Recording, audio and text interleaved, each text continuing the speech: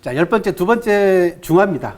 그러니까 제 강의로 주제로는 10번째 꼭지가 되겠고 오늘로는 두 번째 됩니다. 중화, 화자는 꽃화자입니다. 뭐 형용사로 하면 화려한이라고 하는 형용사가 되고 동사로 쓰면 화려하다, 꾸미다 라는 의미도 있습니다. 중국보다 어떤 면에서 중국 사람들이 더 애착을 갖는 단어입니다.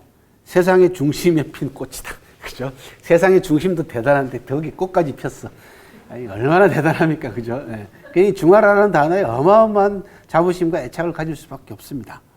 그래서 중국의 별칭으로는 나중에 또 소개 말씀을 드리겠습니다만 중국이라고 하는 단어 말고도 중국을 나타내는 다양한 옛날에 외국 사람들이 불렀던, 좀 이따 이제 소개해 드릴 텐데, 외국 사람은 중국을 어떻게 불렀을까? 옛날에는. 예. 별칭 가운데에서는 뭐 중화가 단연코, 그죠? 탑입니다. 최고의 별칭이다. 중국 사람들은 중화 못지않게 또 많이 쓰고 있는 단어가 화하라고 하는 단어를 씁니다. 화하는 중화의 화자에다가 하나라, 중국 최초의 왕조로 알려져 있는 하나라까지 포함해가지고 화려하고 영광스러운 나라다 라는 뜻으로 화하를 쓰기도 합니다. 그리고 이 하나라를 건국한 우임금이 천하를 9개의 강력으로 나눴다. 그게 구주입니다. 구주는 대개 천하를 표현합니다. 이 구주를 가지고 중국을 대신하는 별칭으로 쓰기도 합니다. 그래서 화족의 중심으로서 화족의 자부심을 가지고 중화라는 단어를 쓰면서 이게 나중에 이즘으로, 중화주의로까지 발전을 합니다. 그래서 중국 사람, 미국 사람들이 그저 팍스 아메리카니즘 뭐 이런 걸 얘기를 하듯이 이게 중국 사람들도 차이니즘, 중화주의, 중국주의 이게 오래전부터 뿌리 있게 배어 있고 지금 현재 중국이 실시하고 있는 모든 국가 정책은 사실은 전 세계를 향해서 중화주의를 전파하기 위한 큰 그림 하에서 이루어지고 있다. 미국이 지난 100년 가까이 전 세계를 향해서 실시한 대외 정책의 핵심은 하드파워 전략입니다. 하드파워. 하드파워는 군사력이 우선되고 군사력으로 말 안 듣거나 마음에 안 드는 상대를 굴복시켰죠. 그러니까 미국이 가는 곳마다 전쟁이 안 나는 데가 없지 않습니까? 전 세계적으로 다 미국이 개입이 돼 있잖아요. 전쟁 나는 곳은. 그게 하드파워입니다. 말 안 들으면 가서 때리는 거야. 군사력으로 치고. 그 다음에 뭐랍니까? 정치, 내정에 간섭하는 겁니다. 미국의 중요한 대외 정책의 핵심은 하드파워 전략입니다. 군사와 정치. 중국의 대외 정책의 핵심은 소프트파워 전략입니다. 왜? 미국이 하는 거 보니까 뭐 힘이 세긴 한데 다른 사람들부터 존중을 못 받거든요. 그리고 9.11에 의해 가지고 미국 본토가 공격도 당했고 이런 부분들. 또 그리고 미국하고는 다른 정책을 써야만이 전 세계 다른 사람들한테 어필을 할 거 아닙니까, 중국이. 그래서 중국은 하드파워하고 대척점이 되는 소프트파워 전략을 취합니다. 이 소프트파워 전략에는 뭐가 들어가냐면 경제하고 문화가 들어갑니다. 그래서 중동이나 아프리카나 아메리카, 남아메리카 이런 나라에다가 막대하게 경제 원조를 하는 거죠. 어마어마하게 원조를 합니다. 그러면서 뭘 합니까? 인프라를 구축해 줍니다. 그러니까 도로 깔아주고 집 지어주고 이런 거 하는 거예요. 철도 깔아주고 합니다. 아프리카 이런 나라에 들어가가지고. 그럴 때 누구를 보내냐면 자기네 나라 기술자를 보내요.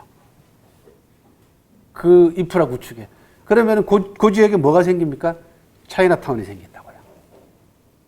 그리고 아프리카 독재자들이나 이런 정치가들한테 뭘 해주냐 하면 집을 줘줍니다.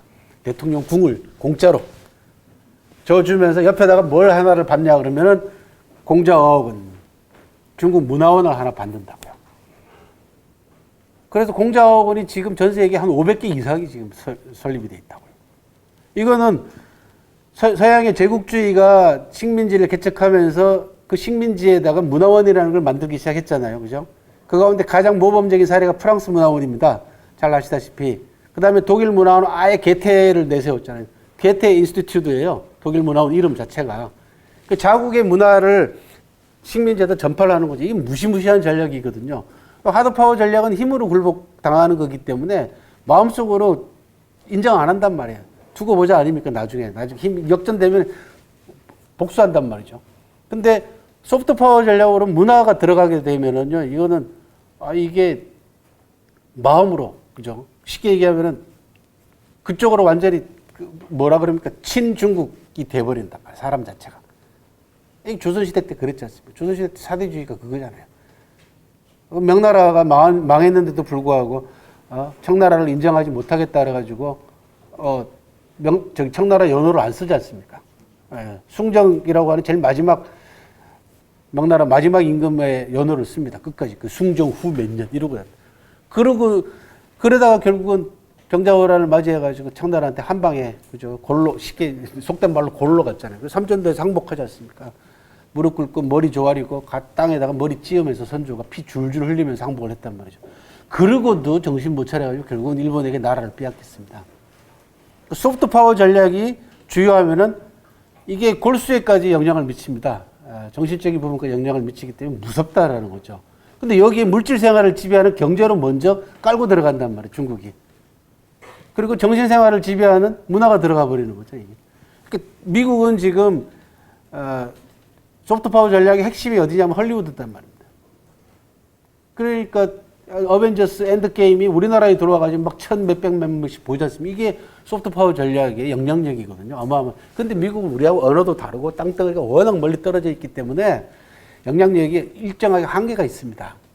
그런데 중국은 붙어 있는 데다가 수천 년 동안 시간과 공간을 공유했던 역사를 공유한 존재이기도 하죠. 한때 또 4대도 했죠. 그 다음에 한자 문화권이잖아요. 여기에 중국의 소프트 파워 전략이 주요한다 그러면 가장 큰 심각한 피해는 우리한테 온다는. 굉장히 저는 그게 심각하다고 봅니다. 왜? 지금 한국의 현실을 보십시오. 미국하고 우리하고 뭔 관계가 있다고 그 사대주의자들 미국 추종 강화문 내거리 나가가지고 성조기 들고 막 이슬람기 들고 나가서 난리를 치고 있잖아요. 미국이 뭘 해준 게 있다고요, 우리한테요. 이런 성향을 가지고 있단 말이죠. 이게 상대가 바뀌면은 중국한테 그렇게 안 하리라고 하는 보장이 어디 있습니까? 이게 저는 무섭다는 겁니다. 다른 게 아니고. 이제 그때 가면 이제 상국으로 중국 모셔야 된다고 난리 친다는 거죠. 우리의 정체성을 잃어버린다는 얘기입니다. 쉽게 얘기하면. 그런 점을 걱정이 돼가지고 제가 중국에서 알아야 되겠다. 이게 알아도 제대로 알아야 되겠다라고 프로그램을 만든 겁니다. 다른 게 아니고. 이 중화주의는 심각합니다. 아주 보통이 아닙니다. 경제하고 문화가 들어온다라는 거죠. 또 한 가지는 이 중화주의에서 비롯된 중국 사람들의 자기 과거 역사에 대한 미화 정책이 지금 시행되고 있습니다. 뭐 여러분들은 잘 모르시겠지만은 1996년부터 2000년까지 중국이 하상주 단대공정이라는 걸 끝냈습니다. 여러분들 동북공정만 알고 계시잖아요. 그죠? 우리나라하고 역사 충돌이 일어났기 때문에 동북공정에 대해서는 많이들 익히 들어서 알고 계시고 또 그것 때문에 역사 분쟁이 일어나가지고 중국에 대해서 감정이 안 좋잖아요. 그죠? 근데 그 하나만 알고 둘은 모르는 겁니다. 왜? 동북공정 말고도 중국이 시행한 공정이 많아요. 그 가운데 가장 대표적인 공정이 하상주 단대공정입니다. 하상주는 뭐냐 그러면 하나라하고 상나라하고 주나라에 비어있는 연대를 확정하는 그게 단대단 말이죠. 연대를 단정하는 겁니다. 중국은 역사 기록상 정확하게 연도가 나타나는 게 기원전 841년부터 나타납니다. 그게 공화원년이라고 하는 건데 그러니까 명색이 5000년 역사를 가지고 있는 중국 입장에서는 3000년도 채 안 되잖아요.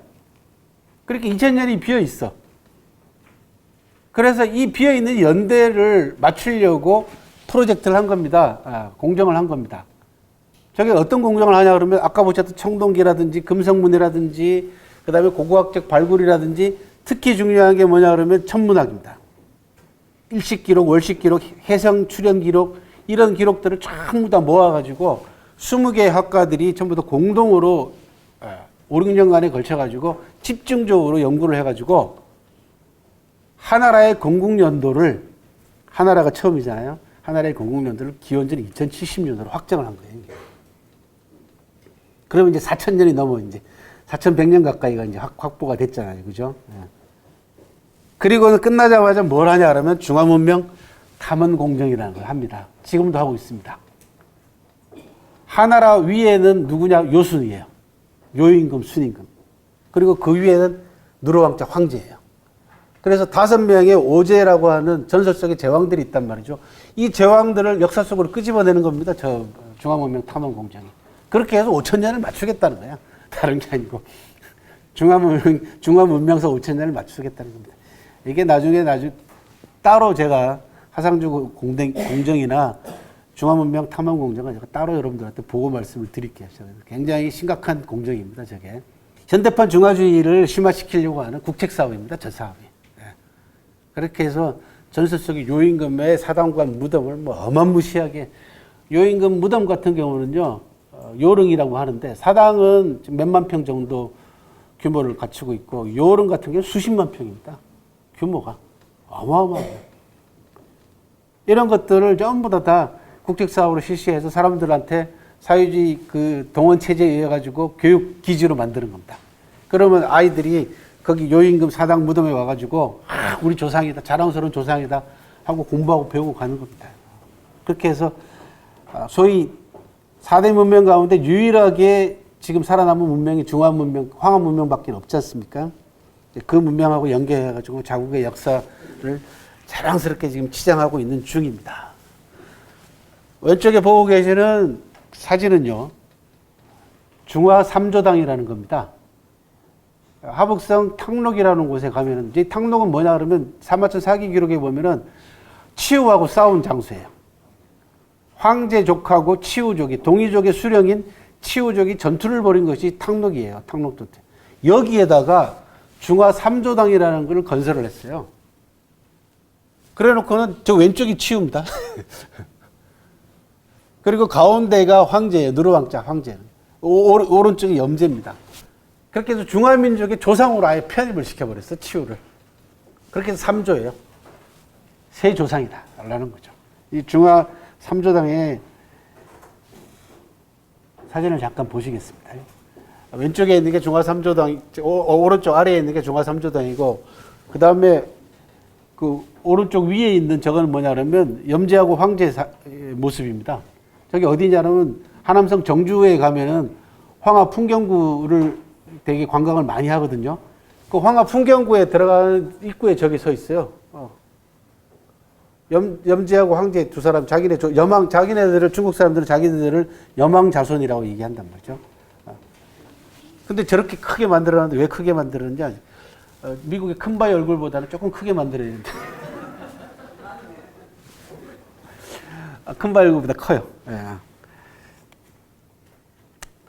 이게 중화 3조당 건설하는, 이게 이제 3기에 걸쳐가지고 공정을 실시를 했습니다. 여기 1기 공정, 2기 공정, 3기 공정 나와 있죠. 그죠? 여기 보시면 규모가, 저기 이제 그 흰 색깔로 제가 쭉 줄을 그어 놓은 거죠. 이게 14만 평방미터. 그러면은 4만 5천 평 정도 되죠. 그죠? 우리로 얘기하면 한 4만 5천 평 정도 됩니다. 그리고는 그 중화 합부단이라고 하는 요 빨간 글씨라는 거 보시면은, 위에 또 밑에 있는 총 투자액이 얼마냐? 3억 8천 위엔입니다. 8천만 위엔. 그럼 얼마 되죠? 어느 정도 되죠? 한 700억 정도 되나요? 예. 네. 700억 들여가지고 저거 자기네 조상 사당 만드는 겁니다. 지금 저게. 예. 그런데 중화 합부단이라고 하는 가장 중요한 메인 홀에 동서 길이가 316m고요. 남북 길이가, 남북도 316m네. 정방향으로 만드는. 어마어마합니다. 그 근처에는 황제성이라고 하는 또 성도 또 조성을 하고 있어요. 자기네 조상인 누르왕자 황제성. 이 중국이라는 나라는 자기네들의 5천년의 황하 문명, 중화 역사 5천년을 자랑하기 위해서 소프트 파워를 뒷받침하는 다양한 프로젝트를 시행하고 있다. 여러분들이 동북공정 말고, 동북공정이 있다는 얘기는 뭐도 있다는 얘기일까요? 서북공정도 있다는 얘기야. 이제 동북하고 반대되는 서북이잖아. 그 다음에 서남공정도 있어요. 그러니까 동북공정, 서북공정, 서남공정, 하상주 단대공정, 중화문명 탐험공정. 요 프로젝트 5개를 다 이해를 하셔야만이 중국이 왜 그런 프로젝트를 공정을 벌이는가라는 답안이 나온다는 얘기죠. 요 5개의 공정에 관한 이야기는 나중에 별도로 보고 말씀을 드리도록 하겠습니다.